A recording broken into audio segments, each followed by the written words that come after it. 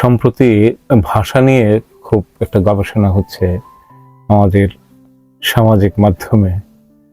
হ্যাঁ, আমরা যখন দিবস কেন্দ্রিক আমরা আলোচনা আমাদের জারি রাখি, যেহেতু এখন আন্তর্জাতিক মাতৃভাষা দিবস 21শে ফেব্রুয়ারি আজকে চলে গেল।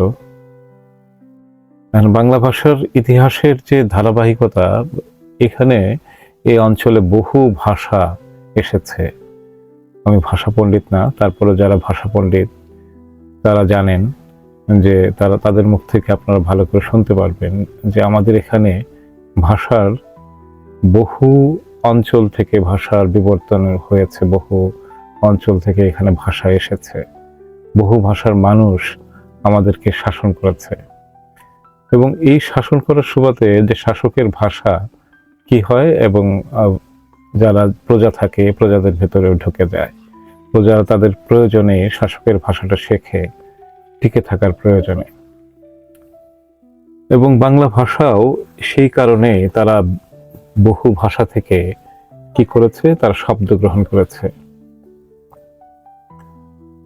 বাংলা ভাষা কি করেছে, যেসব শব্দ বিদেশি ভাষা থেকে গ্রহণ করেছে সেসব শব্দ নিজের ভেতরে আত্মস্থ করে নিয়েছে। ভাষা বিজ্ঞানীরা একটা কথা বলেন যে একটি জীবন্ত ভাষার স্বাভাবিক বৈশিষ্ট্য হলো ধার নেওয়া এবং অভিযোজন। বাংলা ভাষায় আরবি, ফার্সি, তুর্কি, পর্তুগিজ, ইংরেজি অসংখ্য উৎস থেকে শব্দ এসেছে এবং সময়ের সঙ্গে সঙ্গে সেগুলো এতটাই স্বাভাবিক হয়ে গেছে যে আজ সেগুলো আর বিদেশি মনে হয় না। ইনসাফ শব্দটি তার একটি ভালো উদাহরণ। আমাদের গ্রামগঞ্জে বহুদিন ধরে ইনসাফ শব্দটি প্রচলিত। অনেকে বলে থাকেন যে এই তোমার কি কোনো ইনসাফ নাই, হ্যাঁ, এই ধরনের কথা বলে থাকে। কিন্তু এই যে ইনকিলাব শব্দটি তেমন ভাবে প্রচলিত না গ্রামগঞ্জে। এবং আমরা স্বাধীনতা শব্দ খুব প্রচলিত গ্রামে গঞ্জে, আমরা চিনি স্বাধীনতা চিনি, কিন্তু ইনকিলাব শব্দটি এই অঞ্চলে তেমন পরিচিত না, তেমন ভাবে সমাদৃত হয়নি। এই অঞ্চলের কিছু রাজনৈতিক দর্শনের যারা অনুসারী তারা এই ইনকিলাব শব্দটি নতুন করে ইন্ট্রোডিউস করেছেন আমাদের সমাজে, এবং শহরের কিছু লোকজন এটার স্লোগান দিচ্ছেন ইদানিং। এটা খারাপ কি ভালো সেটা বলছি না, কারণ কোনো শব্দই খারাপ না, কোনো শব্দই অচ্ছুত না। সেটা একটা ভাষায় খুব স্বাভাবিকভাবে ঢুকে যেতে পারে যদি বহু মানুষ সেই ভাষা শব্দটাকে ব্যবহার করে।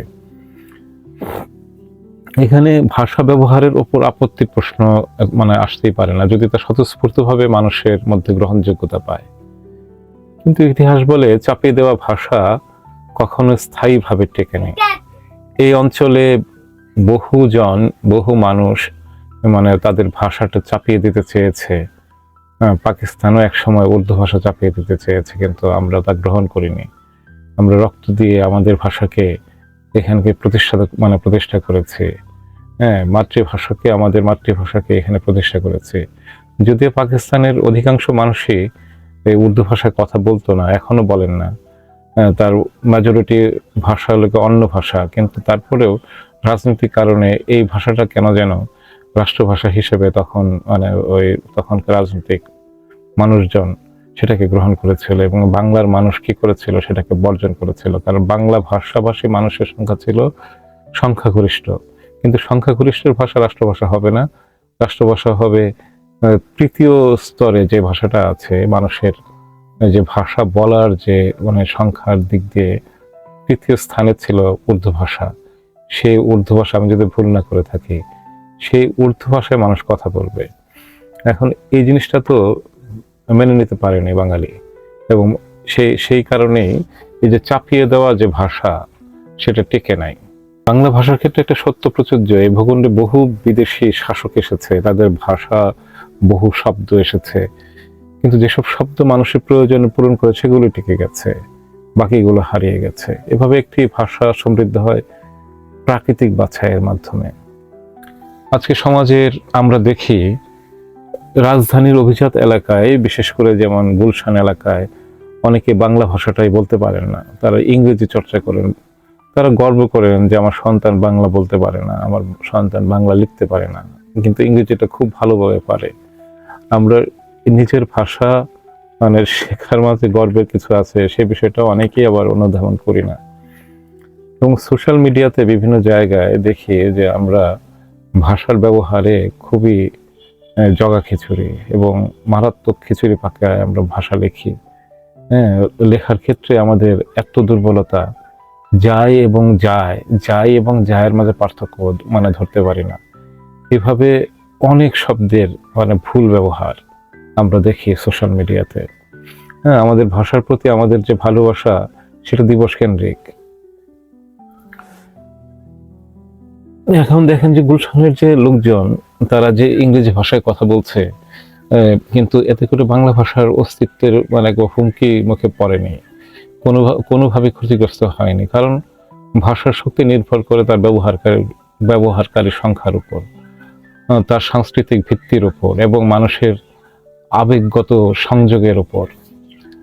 আমার মনে হয় আমরা অনেক বিষয়ে অতিমাত্রায় প্রতিক্রিয়াশীল হয়ে উঠি, যা কোনো সমাজের জন্য সুখকর নয় সমাজের জন্য। ভাষা একটা জীবন্ত সত্তা, তাকে তার নিজস্ব গতিতে চলতে দেওয়া উচিত।